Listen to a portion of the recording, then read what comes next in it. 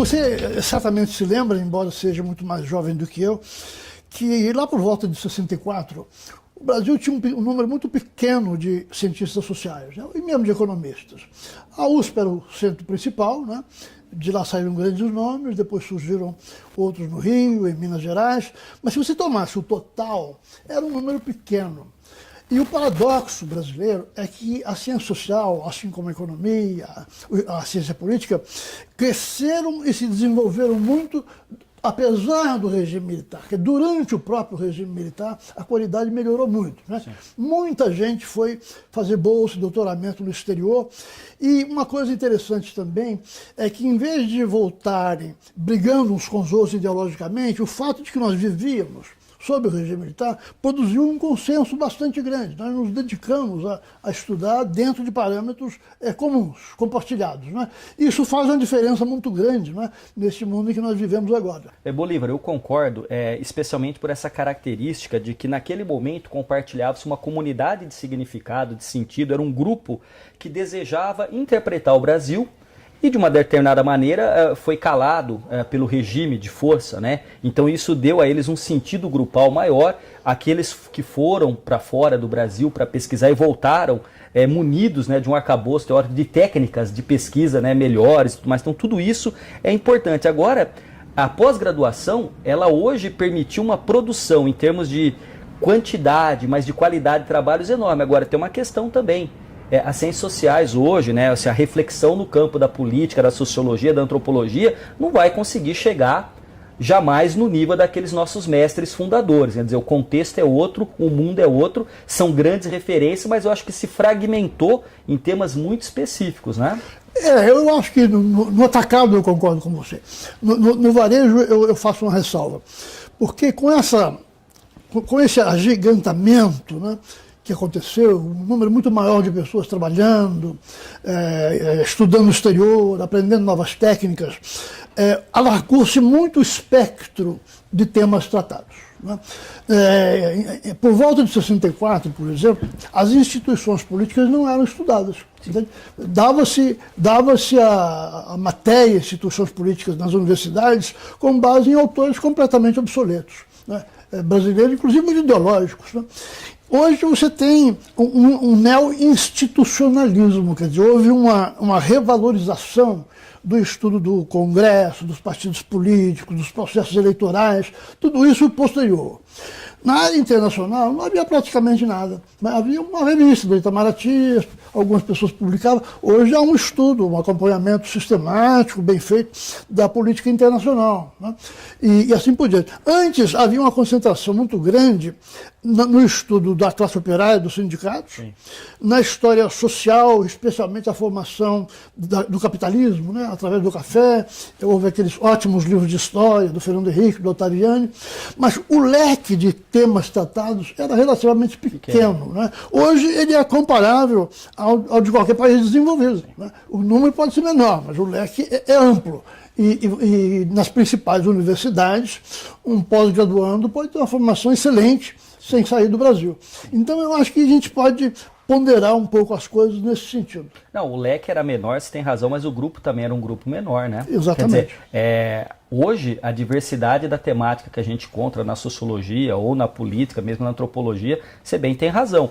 O estudante hoje aqui encontra professores, eu que, por exemplo, entrei na universidade em 1996, lá na Unesp, me formei em 99, encontrei já um grupo de professores que tinha saído uma ou duas vezes para o exterior. Alguns não tinham saído do Brasil. Hoje, provavelmente, um aluno de graduação vai encontrar professores que já tiveram seu doutorado de sanduíche na Europa ou nos Estados Unidos. É mais barato viajar, tá mais viaja-se com mais frequência. Com mais frequência, facilidade, né? Até mesmo a questão da língua, né? O inglês já é mais dominado pelos professores. Muitos lá dominavam o francês, mas não falavam inglês. Eu, na graduação, só li em francês. E o inglês eu aprendi quando fui para os Estados Unidos. Então, você veja. A outra coisa que me parece da maior importância, né, é que os estudantes de pós-graduação, hoje, eles podem oferecer, num nível de qualidade muito alto, o programa, né, todo o espectro das ciências sociais. Mas eu tenho uma crítica, né? Eu tenho uma crítica, e me confesso parcialmente culpado por isso. Eu acho que os alunos estão lendo muito menos os clássicos das matérias, não se dispõem mais a passar a madrugada em cima de um texto do nunca assaz louvado sociólogo alemão Max Weber, né? Sem o que me parece impossível você tomar pé nas ciências sociais, e é preciso também atentar para o fato, talvez a ciência social que mais se desenvolveu nos últimos 30 anos foi a história. Hoje você tem livros de história simplesmente maravilhosos, né? Eu lembro assim, o Simon Schama sobre a Revolução Francesa. Quer dizer, eu acho que quem não leu aquilo não é um bom cientista político. E nesse ponto eu sou muito crítico do currículo que hoje predomina nas faculdades. E aí eu tendo a concordar, porque assim, primeiro que se você colocar para um aluno hoje assaz, ele sequer vai entender o que é assar, né? Bastante, né? Uma vez eu escrevi um texto... Ele pode pensar que é o verbo assar, né? É assar. Eu coloquei um texto que era assaz, né? E aí um colega, professor, doutor, né? Falou, olha, mas essa é uma linguagem muito culta para colocar num texto. Falei, eu vou tentar rever depois. Agora, é fato, né? Quer dizer, no fundo, a diversidade de temas e a quantidade de autores levou uma fragmentação. E aí a gente acaba fugindo de uma leitura que é orientadora. Qual leitura que é orientadora? Aquela que não morre, aquela que é clássica. Né? Para a gente, nas ciências sociais, pelo menos na sociologia, que é o básico da minha formação, né, o Durkheim, Weber e Marx são... Né? E aí, assim, isso foi feito na Unesp, pelo menos, na universidade no geral, no Brasil, de uma forma muito próxima. Agora, não era todo aluno que podia pegar um texto do Weber, mesmo numa universidade pública, e entender uma teoria da ação social. Né? Então não era uma coisa simples. Agora, falta.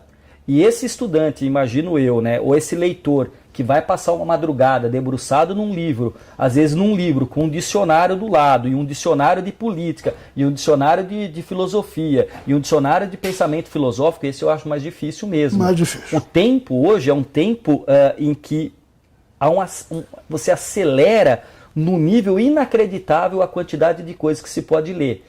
Mesmo assim, alguns acham engraçado a gente pensar nas grandes bibliotecas. Quer dizer, a biblioteca ela reflete muito aquele que leu uma vida inteira. É quase que parte da própria família. A biblioteca, para aquele que tem os seus livros, é quase como um filho, porque acompanha a vida. E hoje você leva tudo num tablet.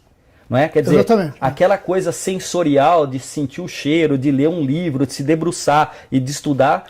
O prazer da leitura. O prazer da leitura. Eu nunca me esqueço, um dia que eu cheguei num dia chuvoso na universidade e um colega estava com um livro e tomando um café expresso, falou assim, que delícia isso aqui.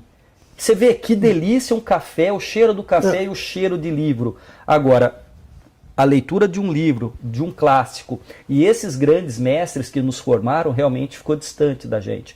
Agora, qual é a solução? É tentar retomar a leitura dos autores, não é? Antes de passar a palavra para o Rodrigo fechar a nossa discussão, eu queria deixar aqui essa mensagem. Eu acho que o estudante de ciências sociais tem que estar atento aos grandes livros de história que têm surgido, que são maravilhosos. Tem que estar atento aos grandes autores clássicos que nós mencionamos e faça um pequeno esforço de conhecer mais do que se conhece da história da filosofia.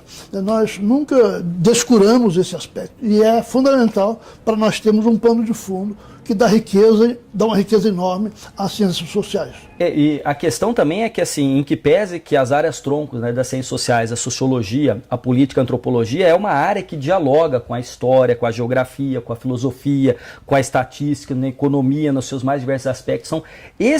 Isso é uma riqueza, e é uma riqueza, inclusive, que nos permitirá confrontar aquilo que a gente chama de pós-verdade, de fake news. Quer dizer, as ciências sociais, independente, não é se você estuda ciências sociais, se você é um leitor interessado em filosofia, em sociologia, em política, você não é presa fácil de uma notícia falsa. Você consegue ter capacidade crítica, criticidade, para olhar o texto e entender que além do texto existe um contexto.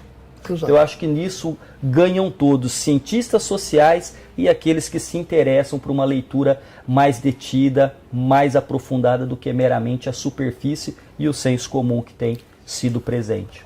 Rodrigo, muito obrigado por ter vindo, por ter nos honrado aqui no Ciclo de Estudos e esperamos contar com você outras vezes. Um enorme prazer e fico sempre à disposição de vocês. Muito obrigado pelo convite.